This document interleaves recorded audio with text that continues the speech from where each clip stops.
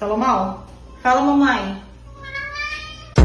Que bonitinho, meu gatinho, que coisa mais fofa. Quem vê ele quietinho, comportadinho assim, nem pensa que ele é um vampiro! Eu descobri seu segredo, criatura das trevas. Criatura maligna que dorme o dia inteiro, mas destrói a casa de madrugada. Vou encher sua cama de alho.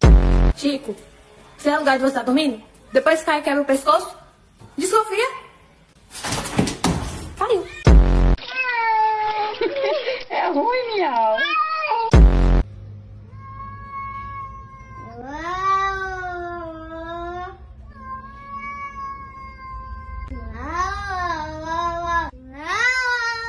Nossa senhora.